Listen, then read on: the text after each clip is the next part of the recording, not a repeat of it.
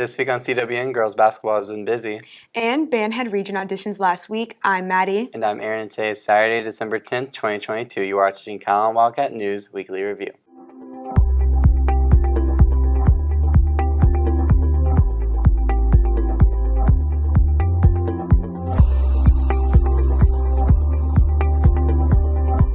Our boys kicked off their soccer season last night against the GP Wildcats. And we have all of our district superlatives in for football. Yeah, we had a lot of our very own Wildcats on that list. Yeah, I know, I saw that. And kicking off today's show is our Mighty Wildcat Band. Sophie interviewed Maddie for more on band region auditions, which occurred this past week. Let's send it to them for more. Good morning, Wildcats. I'm Sophia Salazar, and today I'm here with Madeline Velperts. So, Maddie, I heard that there were auditions being held Saturday?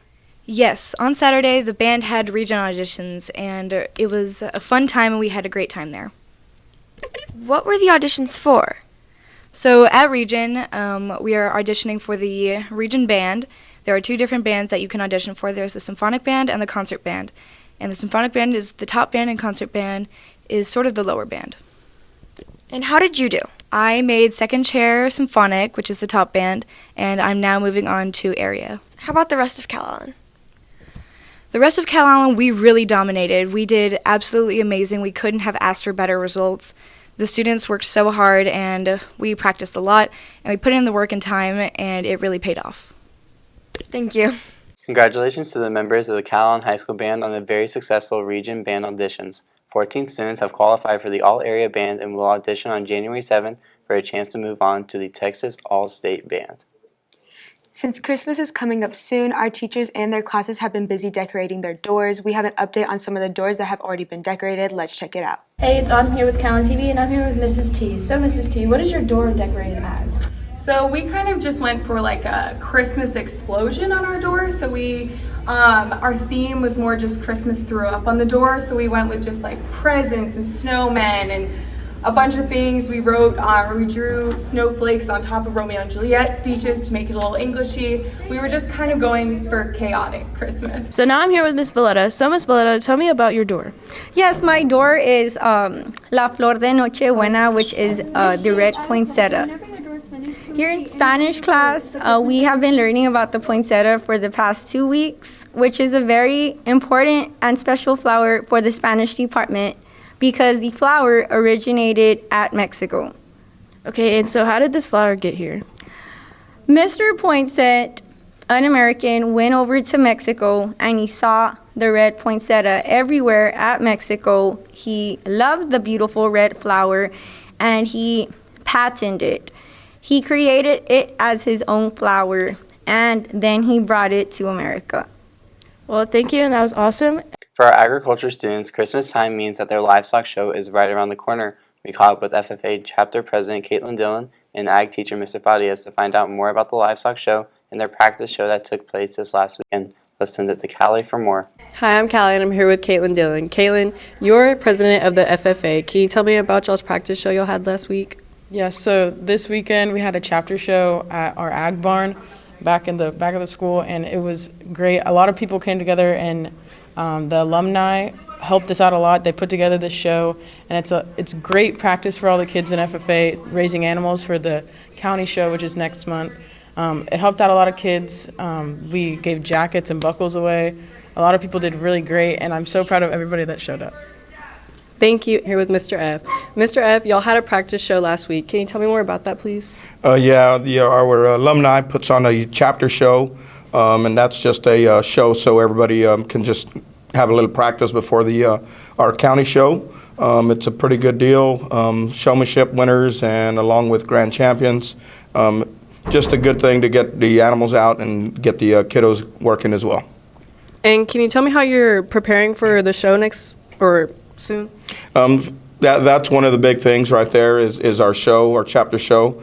Again, it helps the animals themselves and then the kids themselves as well, just to make that team together and get some teamwork in. So.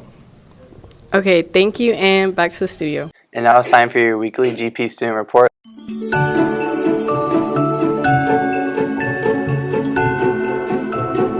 Good morning, my name is Alyssa Roden, and here's what's been going on at GP. GP Choir is holding their annual Christmas concert on December 15th. So a few reasons why you should come to the choir concert is because we worked really hard on them to put them all together, and y'all be really supporting the choir and get you in the holiday spirit because it's really fun and very enjoyable. Fall's auditions for dancers is this week, and acts or talent auditions will be next week. Our band's name is Technical Difficulties. We thought it would be a very cool way to get us out there and hopefully get more supporters in our music. GP ISD has started a podcast called The Catcast. The Catcast is a Gregory Portland School District focused podcast.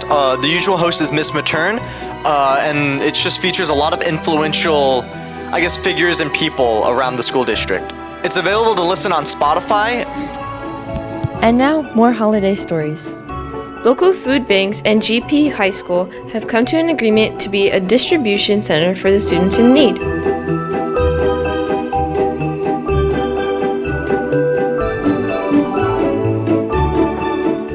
Portland held a festive parade on Monday night. Students from the Police Explorers program helped by directing traffic.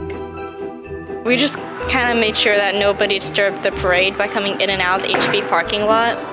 It was fun, got to hang out with some friends. It's cool.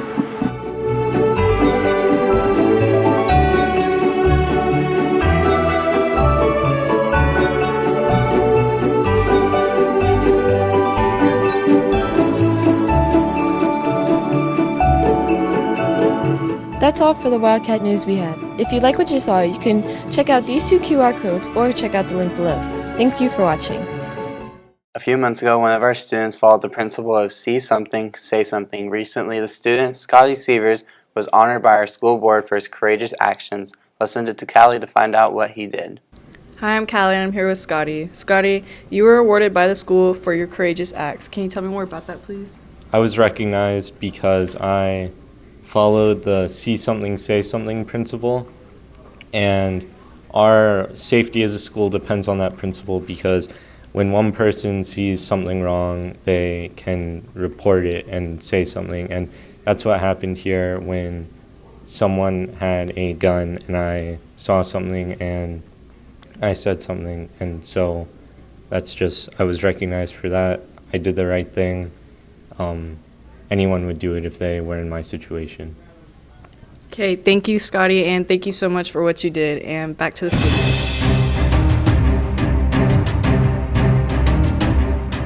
Thank you, Scotty. Remember, if you see something, say something. Moving on to science, let's send it to James to find out more on a lab that Mr. Smith's class conducted over polarity. Hello, Calallen TV. My name is James Luby, and I'm here with Mr. Smith today. So I understand that your students are doing a lab about how the different polarity of different molecules affects their melting point. Could you elaborate on that? Yes. So depending on the type of bond that is formed between two atoms, either ionic, polar covalent, or nonpolar covalent, you'll get a different set of physical properties. Ionic bonds tend to be hard, brittle, they dissolve in water, they conduct electricity when they dissolve in water, and they also melt. They also conduct electricity when you can melt them if you can get the temperature that high. Polar covalent bonds tend to dissolve in water, but they don't conduct electricity, and they have a range of melting points from being solids at room temperatures to being gases at room temperatures. And then we've got our nonpolar covalent bonds, and they tend to not dissolve in water and give you also a range of melting points. And so they don't conduct electricity when dissolved in water. And so that's what the kids are trying to figure out. Based on those different types of bonds and the polarities of those bonds, what physical characteristics are they seeing? All right, thank you, Mr. Smith. And with that, back to the studio. Mrs. John's chemistry class also did a lab recently. Logan caught up with her to find out more on molecular bonds. Let's take a look. Hello, Calallen TV. My name is Logan Braz, and I'm here with Mrs. Johns today. So, Mrs. Johns, it's come to our attention you guys are doing a lab today. What is this lab you're doing? Well, it's the blue glitter lab. Basically, we're doing a unit right now on intermolecular forces. It's kind of cool because you can see how different molecules interact with each other. So we made, over the weekend, I put some blue glitter that's oil-based, like an oil-based type food dye that's on the glitter into acetone, and it pulled the blue off, and then we made yellow food coloring and water. So we made 2 different types of solutions. We mixed them, and initially they turn green because they interact pretty well with each other. But then we put salt in it. And salt, it's called salting out. It's a type of thing you can do. But the students are now supposed to look at their molecules and see why it would then go back to, it separates the blue and the green at the end, and there's a reason for it. And so the idea is they have to look at the molecules and figure out what exactly is taking place and why do they separate. So hopefully it's a good experiment to see that IMFs do matter in a very tangible way. Well, that is great. And with that, now back to the studio. One of our teachers, Mrs. Hubert, will be having a long-term sub. Let's send it to Jace, who spoke with a new sub, Mrs. Vermillion, for more. Good morning, Wildcats. I'm with Ms. Vermillion here, who is a long-term sub and replaced Ms. Hoover. So can you tell me a little bit about the hospital rotations that you've been doing? Yes, Tuesday through Thursday, we have been taking our group of girls to Shoreline Hospital, and they've been doing their clinical rotations. They have been breaking off into groups and going to various areas of the hospital, the ER, trauma, neurology, radiation, all kinds of different areas, and alternating places and learning all kinds of different things and practicing their skills that they have been learning here in the classroom. Okay, so it's really more of a hands-on experience. What kind of benefits do they get from doing that? Well, as opposed to, the hands-on experience, they've practiced here in the classroom on mannequins, but obviously being in a hospital room and practicing on a real-life human being, it is extremely different. But getting to be in the field and working with CNAs and doctors, and doing vitals, it's been quite an experience for them. Awesome. I'm here with Nicole and Sierra, and they're a pair of our students that do the clinical rotations at the hospital. I know that Ms. Hubert has stepped down because she had some surgery. How has Ms. Vermillion been? Yeah, actually, Ms. Vermillion has been really sweet to all of us. She has been making sure we've been doing what we're supposed to be doing, and she's just been really helpful in situations at the hospital. Gotcha. How would you feel? I feel the exact same. Like, she's really helped us in the hospital experience. Like, she's there for everyone, and I think she's doing an amazing job. She's doing a great job, as we can all see. And that's all from here. Let's take it back to the studio. You know Mrs. Vermillion on the side is a professional photographer? Yeah, I used to see her all the time at the games. She took so many amazing photos at the Bernie Calallen game last week. We have an update over UIL film. Let's see what all they've been doing. What's up, Calallen? I'm Brooke here with Valissa. So, Valissa, I know you're directing this year's UIL film, but Calallen hasn't had one in a while. Can you tell me a little bit more about that? It has come to my attention that we have not participated in a UIL film, maybe in like a few years. I didn't really like how that was, so I brought it upon myself this year to create a film. I wrote a script for a film, and I had this whole idea, and we were doing that. We were filming all day Saturday. We had a lot of different locations, so it was really cool to actually direct something that I thought out of my mind. All right. Can you tell me what the film is going to be about? Or I can kind of tell you a little something. I can tell you all that it stars two incredible people who are doing really good with their roles, and it's really good. They've done an amazing job. All right. When are we going to be able to watch this film? You will be able to watch it hopefully sometime in January. We are thinking of having a school premiere for the film. Okay, I'm so excited to watch it. Now back to the studio. Now let's take it to Monique with the rundown on sports. Thank you, Erin, and good morning, Wildcats. Football season has sadly come to an end. Last Friday, the football team traveled up to San Antonio to take on the Brittany Greyhounds for a spot in round 5. After a tough game, the team fell short, losing 49-19. For one last time this year, let's take a look at the highlights from the game. Last week, Calallen and Bernie traveled to the Alamo Stadium to play round 4 of the playoffs. Both teams are coming in with a record of 13-0. Let's see how this goes. I saw the guy running with the ball, so I tried to dive for him. Then I missed, and then I got a cramp in my leg, and then I tried to get up, and I was limping for a little bit. Coach Campbell called a blitz call, so I blitzed in there, and I got the tackle before he get any yards. I was dropping back because I saw the receiver was running vertical. And then I saw the ball coming back from my back eye, and then I came back and got the ball. I saw him run his little out route, so I came down and made the play. Well, we're right on the goal line, and it was a option play, and I told Bryce to give it to me even if it wasn't there, and I just wanted to punch it in myself. It was a play to the outside, and I had the runway to the end zone, and I just outran everybody. At the start of the play, we saw it was tripped, so we just decided to man up the whole way, which ended up paying off because my guy ran it out and up, but I was over top of it, so I just carried him till I saw the ball come out, and I just made the play. Off rip, I saw him snap the ball, and he didn't have no one to pass to, so he just started running with it. He was a pretty big dude, so I knew I had to get low, so I just got down low, wrapped up, and made the tackle. After a hard-fought game, Calallen Wildcats lost 49-19.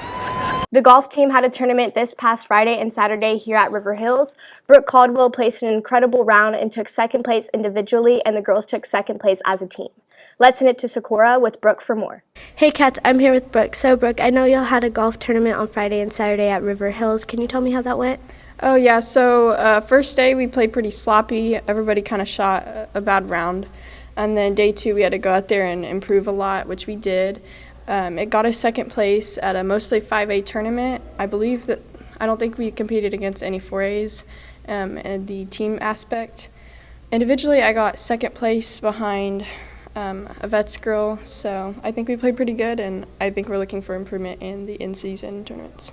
Well, that's great, and good luck to y'all. Now back to the studio. The girls basketball team continues to be successful in their season. Last week, the team hosted and competed in the Battle of the Bay. Let's send it to our interviewers who caught up with Coach Spencer and MVP Carly Haygood for more on that. Good morning, Cats. My name's Emily, and today I'm here with Coach Spencer. So, Coach, can you tell us a little bit about the Battle at the Bay last week? Yeah, I thought it was a great event, 25 teams all across the state, some incredibly high-level competition, some high-level collegiate players. It was a great opportunity for our kids to see that, to play against it. I was very proud of how we finished at 3-1 tied for a championship. So very, very pleased with everything. Big shout out and very, very thankful to our players, our parents, our administrators, our coaches for helping us put on a great event. So, as it was your first ever tournament here at Calallen, how was that for you as an experience? It was a great experience. I thought we did a lot of things really well. We got a lot of positive feedback from coaches, some things that we can tweak for next year, some lessons learned, just so we can make it a better event for next year. All right, thank you. Good morning, Cats. I'm here with Carly Haygood, one of our varsity girls basketball players. So, Carly, how do you think the team did this tournament? We did really well. We went 3-1 and we won our pool. It was a 3-way tie.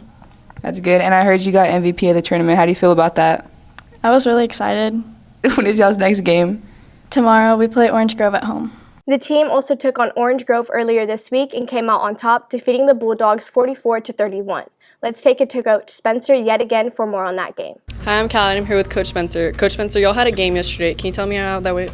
Yeah, absolutely. So we played Orange Grove, who was 14-1 coming in last night. They're 14-2 now, so great win for us against a really good team, a really good playoff team, and has an opportunity to compete for that district title in that other 4A district. I thought we executed well against their zone. I thought we shot the ball really well. Our guards responded. Our kids responded against a lot of adversity with kids sick and injured, and so we had some kids step up and play well, and I'm very, very proud of them. The boys basketball team had a tournament last weekend in Aransas Pass. We have an update over swimming. Let's take a look. Hi, I'm Trinity Humphrey, and I'm here with Coach Lawrence. Coach Lawrence, I heard you had a swim meet at TM. How'd y'all do? Yes, we had a swim meet at TM. Boys and girls both participated. We did pretty good. However, I was missing several of my girls this week because of illness or other reasons. They had other sports going on. So I only took 3 girls to the meet. They all did pretty well, though. Jenny Pickens won both her events. Isabella Clements got 6th in the 100, and Jasmine Trevino got 3rd in the 50. So the ones that went did very well. On the boys' side, Millhouse got 2nd in the 50 and 3rd in the back. And then we had Colton Byers got 6th, I believe, in the 100. Cody Welker got 8th. And That's awesome. When's y'all's next swim meet? our next swim meet is this Saturday coming up. We're going to El Campo and gonna, take a little drive, about 2.5-hour drive, and see some different competitions. So we're kind of looking forward to going to that. Well, good luck, safe travels. That's it from here. Now back to the studio. And that's the latest on Calallen Sports. Back to you, Maddie. And now here's Candace with today's weather forecast. How's it looking outside, Candace? Thank you, Maddie, and good morning, Wildcats. Today's weather is brought to you by Chick-fil-A. Hope everyone had an amazing week. Happy Saturday, everyone. If you have any plans to do anything outside this weekend, it is a perfect weekend to do that because we're looking at some beautiful weather. Looking at the temperature right now, we're looking at it being 76 degrees, it's partly clouds and also some sunshine, 18% chance of rain, and the winds blowing from the southeast at 13 miles per hour. Looking further on to the rest of the day, temperature is going to rise up to 77 degrees, then drop down to 75 and then 71 later on tonight. So if y'all have any plans to do anything outside later on tonight, look at some Christmas lights, make sure you put on a light jacket just in case. Looking at a percent chance of rain, we're looking at a percent chance of being 18%, 15%, and then drop down 11% later on tonight. And the winds are going to be blowing from the southeast at 13 miles per hour and then drop down to the southeast at 10 miles per hour later on tonight as well. Looking further onto Sunday, we're looking at that still 70-degree range at 77 degrees, 16% chance of rain, and the winds blowing from the southeast at 5 miles per hour. Also, there's exactly 15 days till Christmas, so make sure you have all your Christmas presents wrapped and underneath the tree. That's all for weather this weekend. Back to the anchors. Thank you, Candace. And this is our very last show of the 2022 school year. So, Candace, what is next week going to look like for the weather? Yes, so we're going to have a cool front coming in Tuesday, so it's going to cause a drop in temperatures to the low 60-degree range. So get some jackets on? Yes, of course. And that's all your announcements for today, but now it's time for your joke of the day. So guys, what do you call Santa when he stops moving? I don't know, Aaron. What? Santa pause. For all you social people out there, make sure you're following us on Facebook, Twitter, and Instagram at CalallenTV for all the latest updates. Also, subscribe to us here on YouTube to catch all of our latest videos. And as always, Stay classy, Calallen.